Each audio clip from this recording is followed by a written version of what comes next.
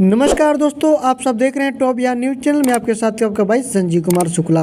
साथियों, ये देखिए इस वीडियो में खेसारी लाल यादव जी हाँ दोस्तों, खेसारी लाल यादव जी लगभग 2 हफ्ता के बाद जिम में पहुंचे और जिम में जाकर देखिए कैसे सिक्स पैक बना रहे। जी हाँ, देखिए सिक्स पैक्स बना रहे। इस वीडियो में आप सभी देख रहे हैं कि कैसे सिक्स पैक्स बनाया जाता है। खेसारी लाल यादव से आप लोग सीख सकते हैं और जिम ट्रेनर भी वहाँ पर उनको सिखा रहा है। बिल्कुल बारीकी से जिम में जाकर अपना मतलब बॉडी के फिटनेस के लिए तैयार हो रहा है। दोस्तों, आप सभी को एक और बात बता दूं कि आज खेसारी लाल यादव जी का एक और बोलबम सॉन्ग रिलीज हुआ है। जी सॉन्ग का नाम है भोला संगे फोटो। जी हाँ, भोला संगे फोटो। इस सॉन्ग को रिलीज किया है ग्लोबल म्यूजिक के जंक्शन के यूट्यूब चैनल के माध्यम से और इस सॉन्ग को खेसारी लाल यादव जी केवल गाए हैं और इसमें लिरिक के काम किए कृष्णा बेदर्दी जी और म्यूजिक डायरेक्टर है आर एस शर्मा जी।